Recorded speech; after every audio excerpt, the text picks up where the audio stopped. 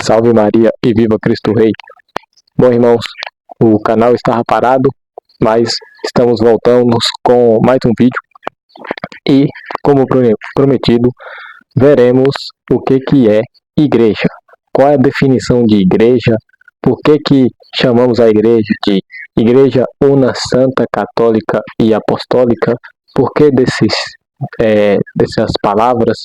O que ela significa? E tudo vai ser com base naquele livro amarelinho ali, o Catecismo da Igreja Católica.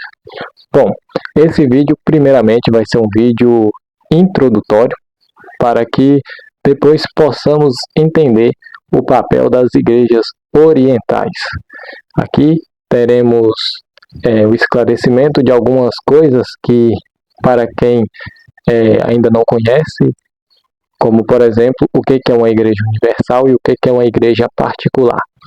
No decorrer do vídeo irei explicar sobre isso, porque isso pode até acontecer certas confusões e muitas pessoas de má índole podem utilizar isso para denegrir a igreja católica e acabar trazendo pessoas para fora da igreja, e isso não queremos que nenhuma alma perca sua salvação por conta de uma bobagem dessa. Então, sem mais enrolação, vamos para o vídeo. Primeiramente, a partir dos parágrafos do Catecismo 813 a 822, veremos o que significa Igreja Una. Bom, aqui vai dizer que a unidade da igreja não é algo simbólico ou meramente fabuloso, é algo real. A igreja é una por sua fonte, a Santíssima Trindade, que é a unidade em essência. Ou seja, acreditamos em um só Deus. Igualmente, a igreja. Cristo instituiu uma única igreja.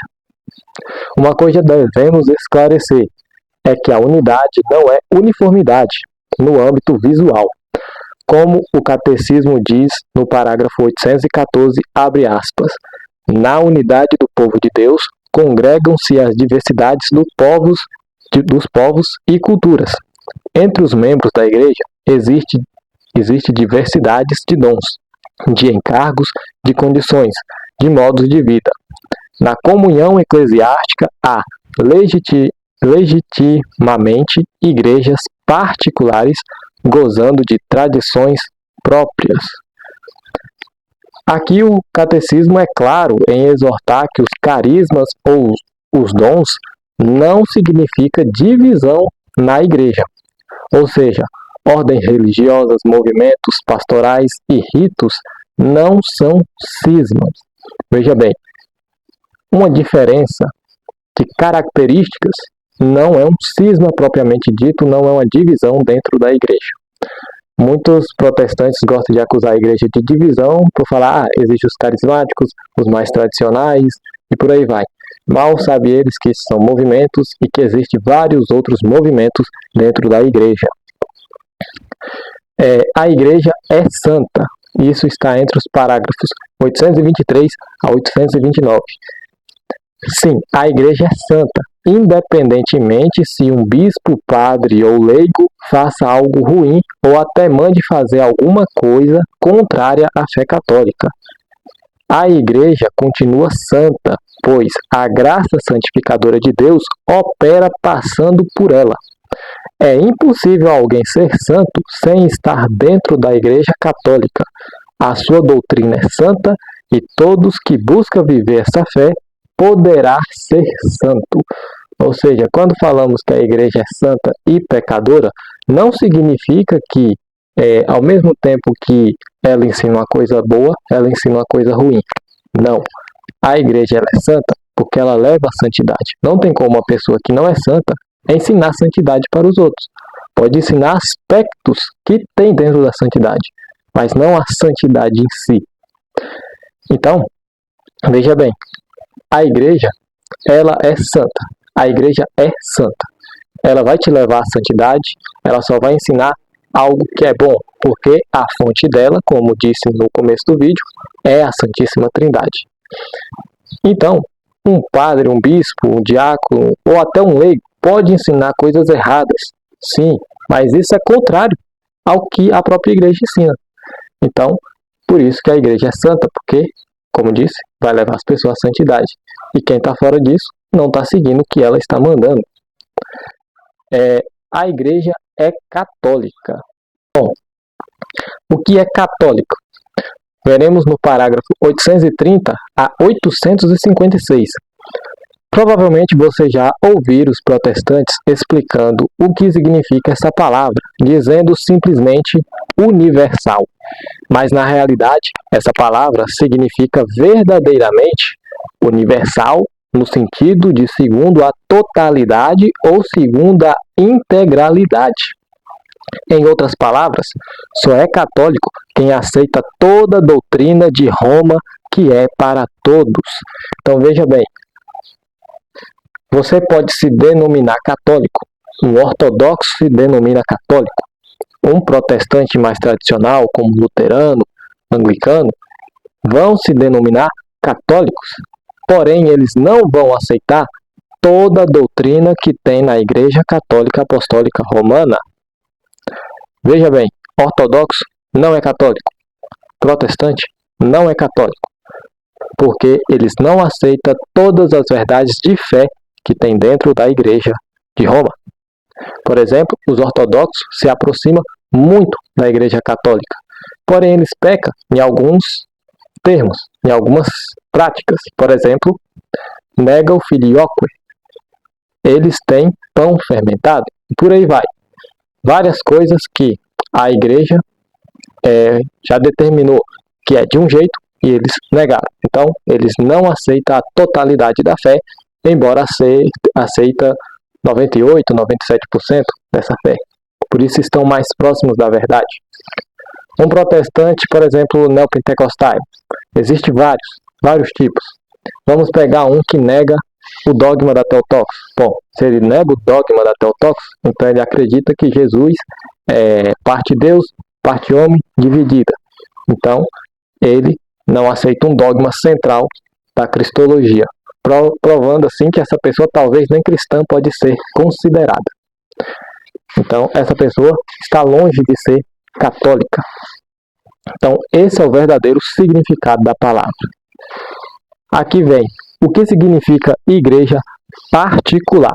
Isso aqui vai ser interessante vocês entenderem, porque isso vai ser um fator importantíssimo para podermos entender o que é um patriarcado ou metropolitanato dentro da Igreja Católica, que sairá no próximo vídeo. Igreja particular é, abre aspas, um pedaço, fecha aspas, do território da Igreja Universal. Por exemplo, o Papa Leão manda em toda a Igreja Católica, ou seja, na Igreja Universal, na Igreja de todo mundo. Porém, existem bispados na Igreja. As dioceses, por exemplo, as dioceses. Em Formosa, Goiás, tem um bispo chamado Dom Adair, que comanda sua diocese. Apesar, ele é o meu bispo. Ele pode escrever uma carta, uma homilia e mandar para todo o seu território. Mas quem é de outra diocese não é obrigado a seguir suas ordens. Outro exemplo, um patriarca oriental tem autoridade somente no seu território. Lá sua autoridade é simplesmente disciplinar. Ou seja, ele pode ordenar bispos, alterar ritos, afastar sacerdotes e etc. Mas não pode mudar a doutrina católica, pois isso nem ao Papa cabe. Então veja, a diferença aqui, já dando um spoiler para o próximo vídeo, de um bispo comum para um patriarca, é que o patriarca ele tem mais uma autoridade, ele pode ter outras coisas a fazer, por exemplo, ordenar novos bispos, porque ele é vamos dizer assim, um sucessor direto dos apóstolos no quesito de autoridade. Ele é um patriarca, ele tem uma certa autoridade maior do que um bispo diocesano. Já o bispo diocesano está dentro do território do Papa, ali no, vamos dizer assim, no patriarcado de Roma. Porém, o Papa, ele como é o líder universal de toda a igreja, ele pode substituir um patriarca se assim for necessário. E outro exemplo, patriarca não pode definir dogmas. Isso só cabe ao Papa, porque patriarcas não são infalíveis. Quem pertence à Igreja Católica? Todos aqueles que aceitam tudo que a Igreja ensina, desde os seus dogmas, sacramentos, liturgia e etc. Contudo, há ainda aqueles que não estão plenamente em comunhão com esta Igreja, estando dentro do campo espiritual da Igreja por meio do batismo. Isso vai entrar agora nessa questão aqui, que ainda é sobre a Igreja Católica. A Igreja e os não cristãos. A Igreja está intimamente ligada aos hebreus da aliança, da antiga aliança, dando total plenitude em seu significado. Mas hoje temos os judeus que negaram o Cristo. Porém, a Igreja tem a esperança que eles ainda voltarão para a comunhão com Jesus. A Igreja e os muçulmanos. Reconhecemos que Deus tem um plano de salvação para com eles, pois eles reconhecem que há somente um Deus criador de todas as coisas. Eles dizem ter a fé de Abraão e, por conta disso, dentro das religiões não cristãs, os muçulmanos são os mais próximos da verdade.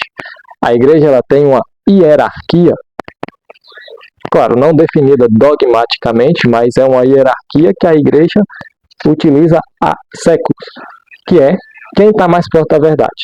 Quem está em comunhão com o Papa plenamente está próximo da verdade. Depois vem os ortodoxos, depois vem os não calcedonianos, depois vem os ortodoxos que saíram da Igreja lá no Concílio de Éfeso. Agora me falhou a memória, mas tem vídeo explicando eles aqui. E depois vem os não cristãos, tem os judeus, tem os muçulmanos, e daí vem os pagãos que não têm a fé abraâmica. Aí vai entrar diversas religiões, vai entrar o hinduísmo, vai entrar o candomblecismo, vai entrar várias e várias outras religiões, e aí cabe à Igreja determinar se eles estão mais próximos ou mais distantes da verdade. Aos pagãos que não reconhecem nem a fé abraâmica, ainda assim Deus tem um plano de salvação para eles. Afinal, que culpa eles têm se por ignorância não conhecem a Cristo? A Igreja ensina que aqueles que não têm a fé no Deus verdadeiro, mas vivem uma vida moral na medida do possível, podem sim ter a chance de se salvar, pois as demais religiões podem ter resquícios de verdade, embora creiam em um Deus caricato por conta de interpretações errôneas e com influência do maligno. Por isso, a Igreja é a barca de Noé, onde dentro dela, ou seja, em plena comunhão e vivendo a fé, temos a certeza da salvação, e quem está do lado de fora corre o risco de morrer afogado. Então, aquela passagem da Arca de Noé não é simplesmente para mostrar que Deus mandou um dilúvio e acabou com tudo. Veja bem, Pedro foi o primeiro Papa e Jesus estava onde? Estava no barco de Pedro e fora estava tendo uma tempestade. Os apóstolos ficaram com medo porque estavam com medo da barca afundar, mas veja bem, a barca não afundou porque lá estava Cristo. Do mesmo modo, a Arca de Noé, porque a Arca de Noé era onde estava a salvação. Quem estava lá dentro sobreviveram. Quem estava do lado de fora morreram. Então, essa é a analogia entre a Arca de Noé e a Igreja Católica. Quem está fora tem a chance de morrer afogado. Por isso, é mais fácil submeter a Roma. Fora da Igreja não há salvação. Vamos ver sobre esse dogma. Esse dogma, muitas vezes mal compreendido, pode acarretar certos equívocos sobre a fé. Esse dogma cai sobre todas as pessoas que não estão na Igreja, aos pagãos e aqueles cristãos que não são católicos. Todos os cristãos não católicos podem fazer parte da Igreja por meio do batismo, desde que não saiba realmente o que a Igreja de Deus ensine. Caso seja um protestante que é obstinado a negar a Igreja ou entende os seus ensinamentos, mas mesmo assim os rejeita, esse é confiado à misericórdia de Deus. O mesmo vale a um pagão, pois ele, sabendo da verdade e mesmo assim negá-la, sua chance de salvação é nula ou quase isso. Um católico que deixa sua fé para se tornar evangélico, ortodoxo, muçulmano ou pagão, perde a sua salvação, ficando de fora da igreja dos eleitos. Agora, se a pessoa já nasceu no erro, sendo de alguma vertente cristã ou pagã, mas vive uma vida moral conforme a lei de Deus, essa tem chances de salvação por misericórdia do Pai. Então, em resumo, era católico e deixou sua fé? Chances de se salvar é nula. Não é católico, mas é cristão, batizado em nome da Trindade, tem chances de se salvar. Não é cristão, mas vive uma vida moral boa e realmente não conhece a Cristo, tem chances de se salvar. Porque eu estou dando tanta ênfase nesse realmente? Porque muitas pessoas gostam de utilizar a ignorância invencível para qualquer coisa. E não é assim. Uma pessoa, para ser ignorante e invencível, é muito rara, principalmente nos dias de hoje. A missão, uma exigência da catolicidade da igreja.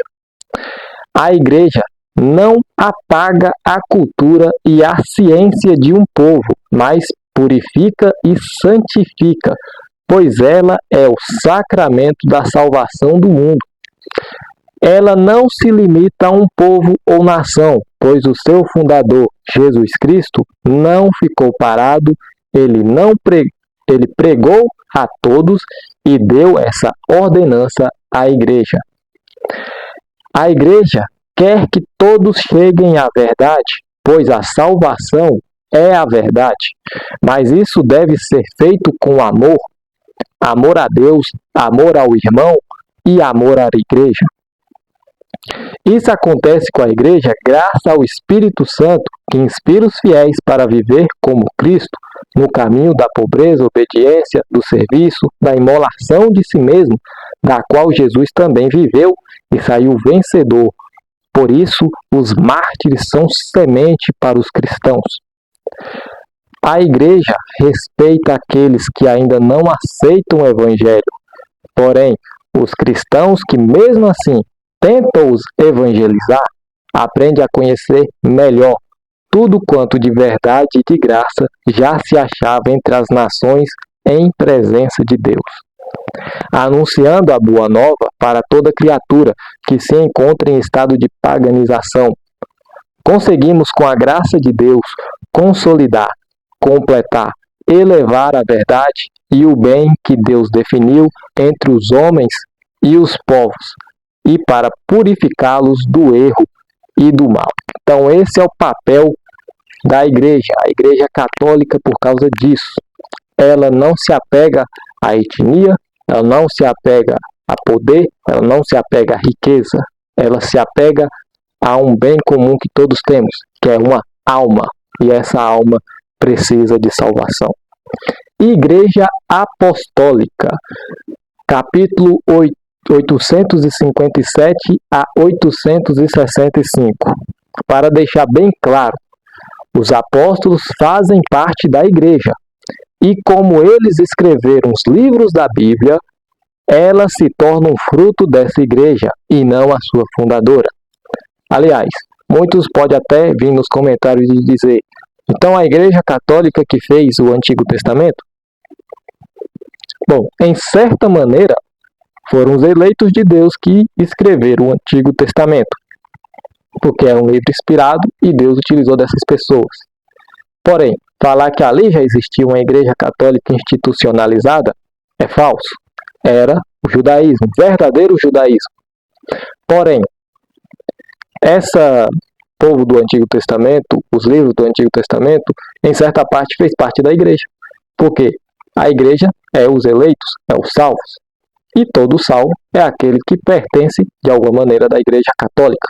Então, em certa maneira, sim, o Antigo Testamento também é católico. A igreja é apostólica em 3 sentidos. Vamos ver esses sentidos.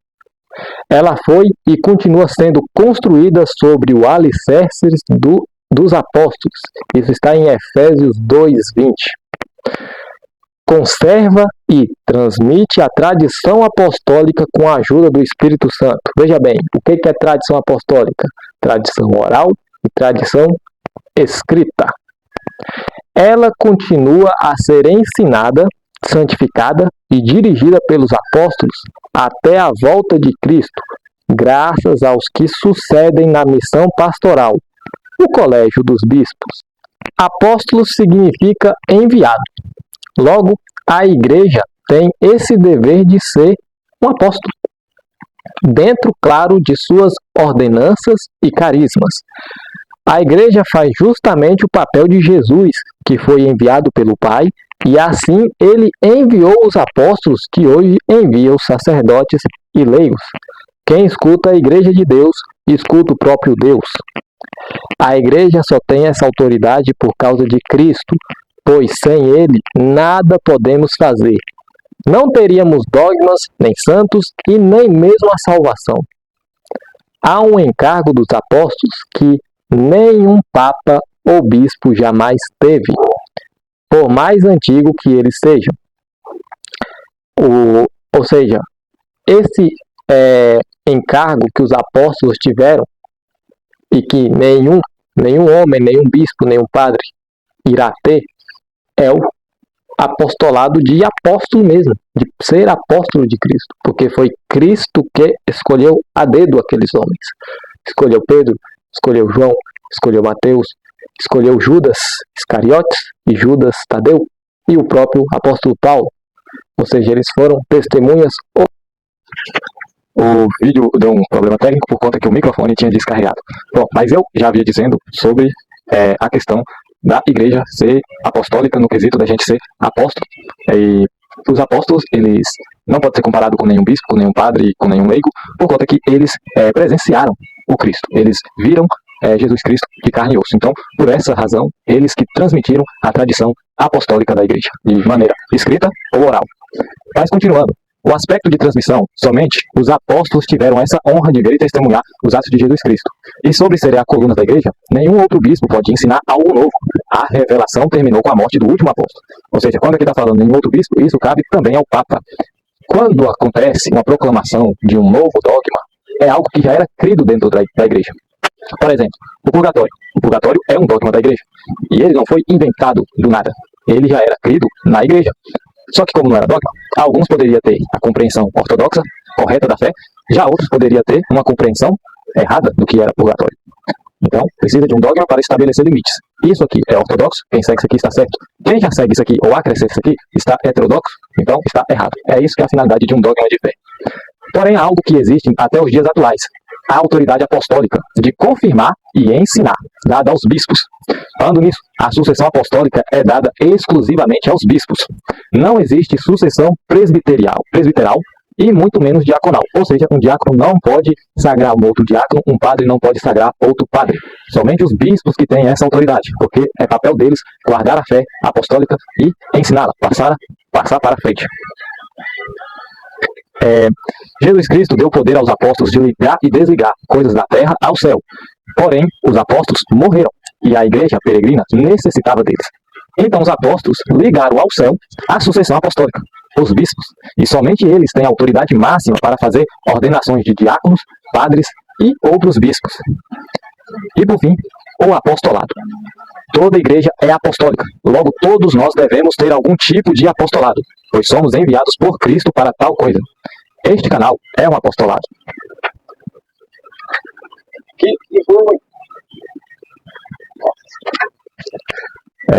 Apostolado. Toda igreja é apostólica. Logo, todos nós devemos ter algum tipo de apostolado, pois somos enviados por Cristo para tal coisa. Este canal é um apostolado, pois ele se espelha. Jesus Cristo deu poder aos apóstolos de ligar e desligar coisas da terra ao céu. Porém, os apóstolos morreram e a igreja peregrina necessitava deles.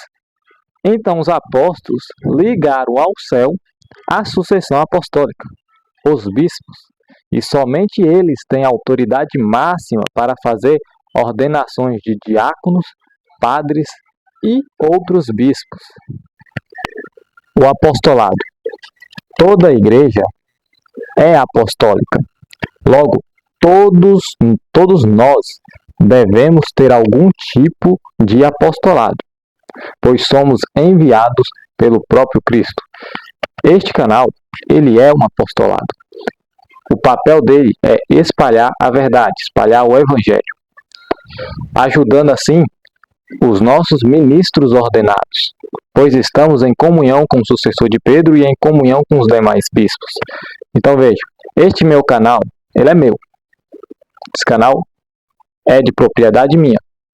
Porém, eu sou católico e minha fé não pode ser relativizada. Então, logo, eu tenho que ensinar o que a igreja me ensina. E, consequentemente, eu estou ajudando os ministros ordenados, os bispos, padres e diáconos. Porque o papel do leigo não é só frequentar a igreja. O papel do leigo é ajudar a igreja. Porque fazemos parte dessa igreja. Somos essa igreja. Então, como um católico, eu preciso estudar, eu preciso compreender e eu preciso ensinar a minha fé. Para aqueles que ainda não conhecem, para aqueles que atacam e para aqueles que conhecem, mas nunca é ruim, né? Nunca é ruim aprender mais. Essa é a identidade da Igreja de Deus. Uma igreja que nos chama a ser luz aos demais cristãos e às criaturas que se encontram na completa ignorância. Mesmo que isso custe nossas vidas, receberemos o maior prêmio de todos, a coroa do martírio em Cristo e por Cristo. Amém.